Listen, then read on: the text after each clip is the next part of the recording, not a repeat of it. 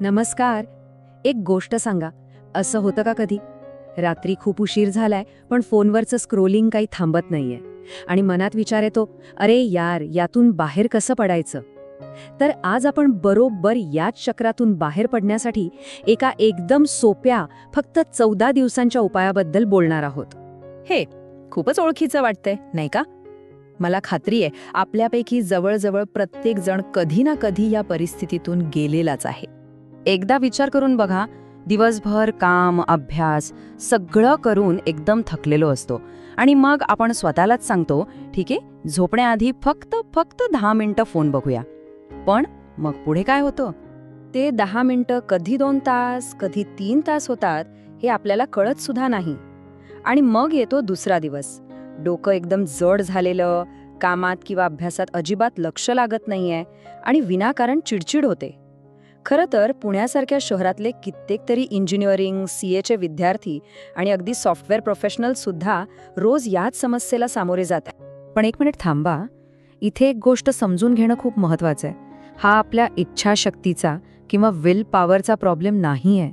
नाही, यामागे आपल्या मेंदूचं एक सायन्स आहे, एक अशी केमिकल प्रोसेस आहे जी आपल्याला नकळतपणे या जाळ्यात अडकवते. याला म्हणतात डोपामिन रिवॉर्ड सिस्टम. म्हणजे काय? तर प्रत्येक लाईक, प्रत्येक नवीन नोटिफिकेशन किंवा ते स्क्रोल केल्यावर दिसणारं पुढचं रील हे आपल्या मेंदूला डोपामिनचा एक छोटासा शॉट किंवा डोस देतं. हे अगदी एखाद्या स्लॉट मशीनसारखं आहे. पुढच्या क्षणी काय मिळेल हे माहीत नसतं आणि नेमकी हीच अनिश्चितता आपल्याला स्क्रोल करत राहायला भाग पाडते. इथेच खरा फरक येतो डिजिटल रिवॉर्ड्स आणि नैसर्गिक रिवॉर्ड्समध्ये. बघा, डिजिटल रिवॉर्ड्स कसे आहेत? अंतहीन, आणि त्यासाठी फारसे कष्टही घ्यावे लागत नाहीत. यामुळे काय होतं तर आपल्या मेंदूची नैसर्गिकरित्या आनंद मिळवण्याची जी क्षमता आहे ती हळूहळू कमी होते. आणि मग मित्रांसोबत मनसोक्त गप्पा मारण्यातली मजा किंवा एखादा सुंदर सूर्यास्त पाहण्यातला आनंद या खऱ्या आयुष्यातल्या गोष्टीसुद्धा फिक्क्या वाटू लागतात. आणि थांबा, गोष्ट फक्त डोपामिनवर थांबत नाही. फोमो म्हणजे फिअर ऑफ मिसिंग आउट, ही जी भीती आहे ना, की आपल्याकडून काहीतरी महत्त्वाचं सुटून जाईल, ही भीती आपल्या मेंदूला सतत अलर्ट मोडवर ठेवते. त्यात भर म्हणजे इतरांच्या त्या परफेक्ट आयुष्याशी स्वतःची तुलना. यामुळे आपला आत्मविश्वास कमी होतो आणि त्या सतत येणाऱ्या नोटिफिकेशन्स त्या तर आपली विचार करण्याची शक्तीच संपवून टाकतात. पण एक चांगली बातमी आहे, या सगळ्या चक्रातून बाहेर पडण्याचा एक ठोस, एक निश्चित मार्ग आहे. आपला मेंदू आहे ना, तो खरंच खूप अमेझिंग आहे.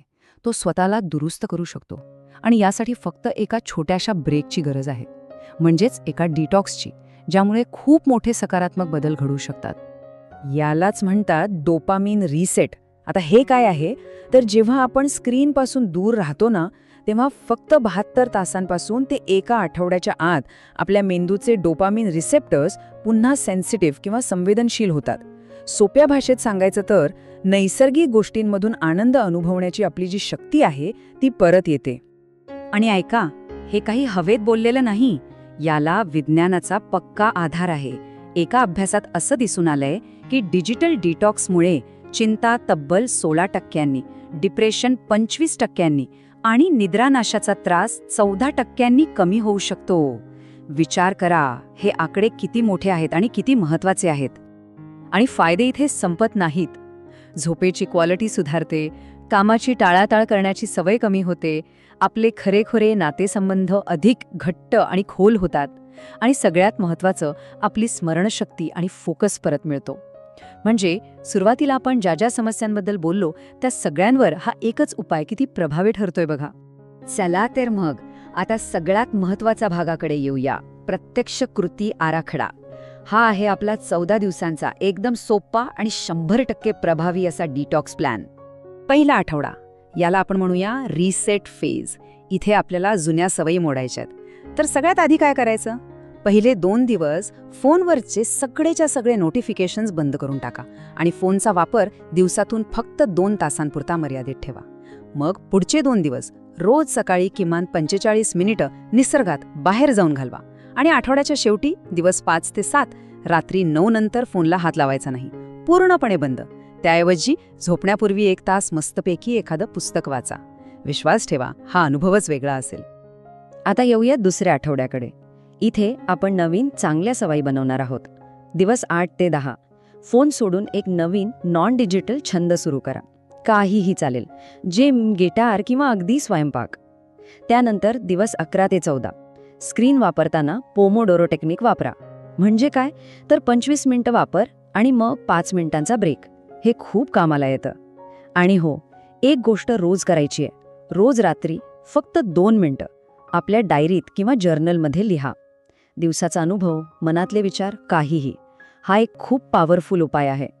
ठीक आहे, आता एक प्रामाणिक गोष्ट. हे सगळं ऐकायला सोपं वाटत असलं तरी सुरुवात थोडी कठीण असू शकते. पण घाबरू नका. यावर मात कशी करायची आणि ज्यांनी हे करून दाखवलंय त्यांचे अनुभव काय आहेत ते आता पाहूया. पहिले 1 ते 3 दिवस हेच खरे कसोटीचे असतात. खूप अस्वस्थ वाटेल, प्रचंड कंटाळा येईल आणि तो फोमो तर डोक्यावर बसेल.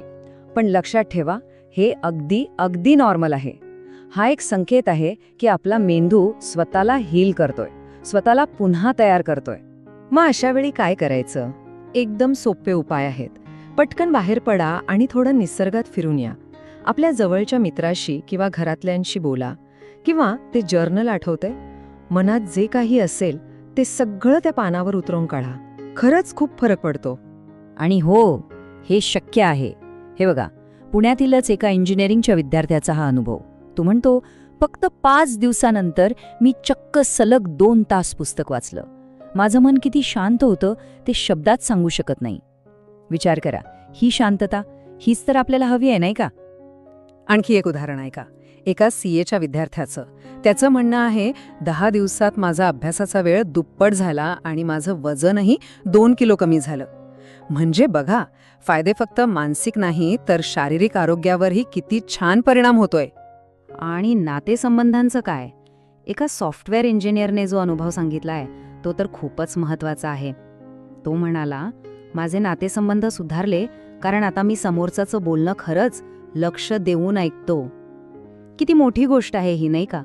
फक्त फोन बाजूला ठेवल्यामुळे हे शक्य झालं. तर मग ह्या सगळ्या अनुभवांमधून आपण काय शिकलो?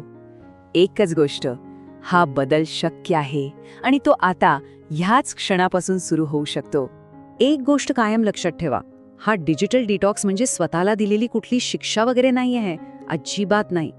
ही तर एक संधी आहे आपल्या मेंदूसाठी ते रिसेट बटन दाबण्याची संधी. त्याला पुन्हा एकदा फ्रेश आणि ताजतवानं करण्याची एक प्रोसेस. फक्त एकदा डोळे बंद करून विचार करा. एक अधिक शांत, जास्त फोकस्ड आणि खरंच सुंदर आयुष्य आपली वाट पाहते. जेव्हा आपलं मन पूर्णपणे स्पष्ट आणि आपल्या नियंत्रणात असेल तेव्हा आपण काय काय करू शकू, काय काय साध्य करू शकू, हा विचारच किती प्रेरणा देणार आहे, नाही का?